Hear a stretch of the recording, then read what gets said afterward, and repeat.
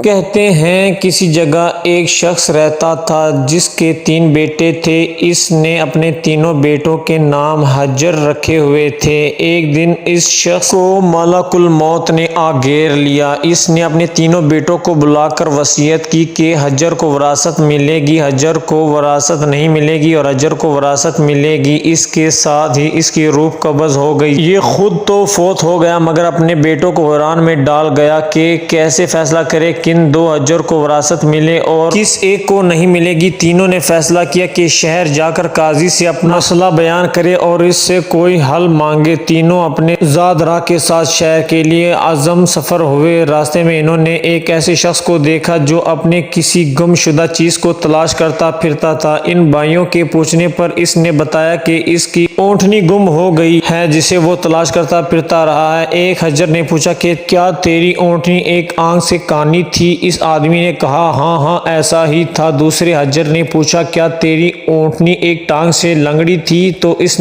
آدمی نے جلدی سے کہا بالکل صحیح، میری اونٹ واقعی ایک ٹانگ سے لنگڑی تھی۔ تیسرے حجر نے اونٹنی کے مالک سے پوچھا کیا تیرے اونٹنی کے دم کٹی ہوئی تھی؟ تو اس نے کہا خوشی سے بالکل ٹھیک، میری اونٹنی کی دم بھی کٹی ہوئی تھی، بس اب جلدی سے بتا دو میری اونٹنی کہاں ہے؟ تینوں حجر مل کر جواب دیا باخدا ہمیں آپ کی اونٹنی کے بارے میں کوئی علم نہیں، ہم نے اسے ہرگز نہیں دیکھا۔ اونٹنی کا مالک ان کی یہ بات سن کر غصے سے پاگل ہو گیا۔ اس نے فیصلہ کیا کہ اس تینوں کو کھینچ کر قاضی کے پاس لے جائے گا۔ اسے پورا یقین تھا کہ اس کی اونٹنی کو یہ تینوں ذبح کر کے کھا چکے ہیں اور اب اپنے جرم کو چھپانے کے لیے جھوٹ بول رہے ہیں۔ اونٹنی والے نے جب تینوں کو اپنا ارادہ بتایا تو انہوں نے کہا ہمیں کوئی اعتراض نہیں کیونکہ ہم خود بھی قاضی کے پاس ہی جا رہے ہیں۔ جب یہ چاروں قاضی کے پاس پہنچے تو اونٹنی والے نے قاضی سے اپنا قصہ بیان کیا۔ قاضی نے ان تینوں سے کہا کس طرح تم تینوں نے اونٹنی کی نشانیاں بتائی ہیں، اس کا ایک ہی نتیجہ نکلتا ہے کہ اونٹنی تم تینوں کے پاس ہے، بہتر ہے کہ تم اپنے جرم کا اعتراف کر لو۔ پہلے نے کہا جناب عالی ہم نے اونٹنی تو نہیں دیکھی تھی، ہاں البتہ اونٹنی کے آثار ضرور دیکھے تھے۔ جب میں نے اسے کہا تھا کہ تیری اونٹنی آنکھ سے کانی ہے تو اس نے دیکھا تھا کہ راستے کے ایک طرف کا گھاس تو خوب چرا ہوا تھا مگر دوسری طرف کا ویسے ہی باامان موجود تھا۔ اس کا ایک ہی مطلب تھا کہ اس شخص کی اونٹنی ایک آنکھ سے کانی رہی ہوگی۔ دوسرے حجر نے کہا میں نے دیکھا تھا کہ راستے میں 3 قدم تو گہرے لگے ہوئے ہیں جبکہ چوتھا قدم زمین پر معمولی پڑا ہوا تھا، کا مطلب اتنا بنتا ہی تھا کہ یہ جانور لنگڑا بھی تھا۔ تیسرے حجر نے کہا اونٹی جب راہ چلتے ہوئے اپنے گوبر گراتے ہیں تو دم سے ادھر ادھر بکھیرتے ہیں، جب ہم جس راہ آئے تھے وہاں پر گوبر ایک ہی لائن میں سیدھا گرا ہوا تھا، کا یہ مطلب ہو سکتا ہے کہ اونٹی کی دم کٹی ہوئی ہے جو اپنا گوبر دائیں بائیں نہیں پھیلا پائی۔ قاضی نے بغیر کسی دیر کے اس آدمی کی طرف دیکھا اور کہا تم جا سکتے ہو، تمہاری اونٹنی ان لوگوں کے پاس نہیں ہے اور نہ ہی انہوں نے اسے دیکھا ہے۔ اونٹنی والے شخص کے جانے کے ان تینوں بھائیوں نے اپنا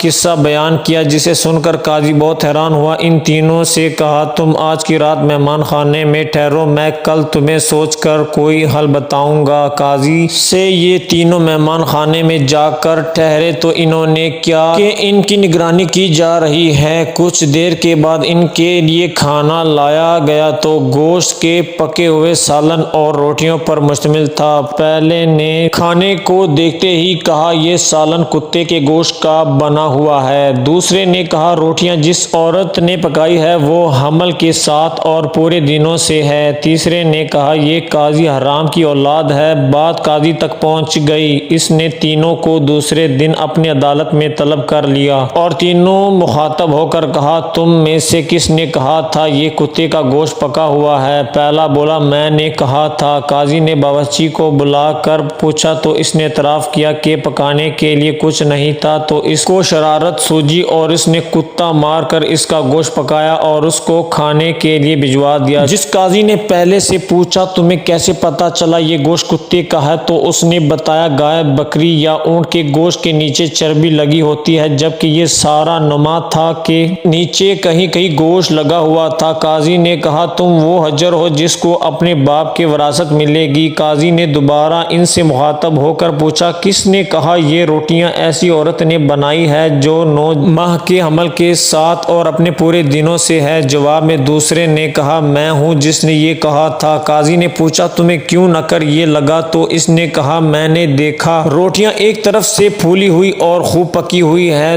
تو دوسری طرف سے کچی اور موٹی رہ گئی ہے، میں نے اس سے یہی اخذ کیا روٹیاں بنانے والے ایسی عورت ہے جس سے تکلیف کے مارے زیادہ جھکا نہیں جا رہا اور وہ سامنے کی چیز بھی نہیں دیکھ پا رہی، جس کا مطلب یہی بنتا تھا کہ عورت حاملہ ہے اور روٹیاں بنانے میں تکلیف محسوس کر رہی ہے۔ قاضی نے اس دوسرے سے بھی کہا کہ تم وہ حجر ہو جسے اس کی باپ کی طرف سے وراثت میں حصہ ملے گا۔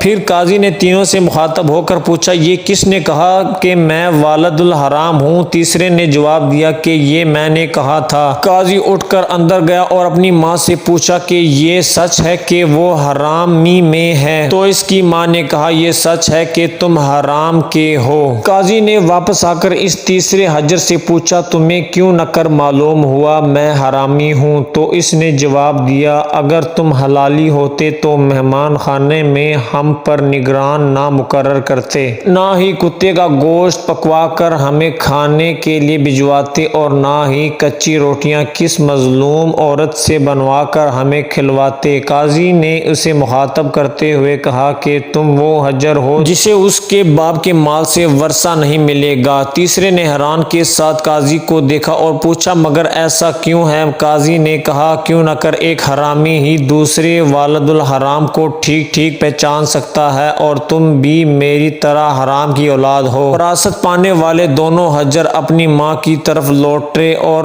دریافت کیا کہ ہمارے تیسرے بھائی کا کیا ماجرا ہے؟ تو اس کی ماں نے کہا تمہارا باپ ایک بار صبح کی نماز پڑھنے مسجد گیا تو اسے دروازے پر رکھا ہوا پایا تھا، اسے گھر لایا، اس کا نام بھی تم دونوں جیسا حجر رکھا اور اس کی پرورش کی۔ اس طرح قاضی نے اس نکتہ حرام حجر کو چھوڑ کر باقی دیگر بھائیوں کے حق میں والد صاحب کی وراثت کا فیصلہ دے دیا۔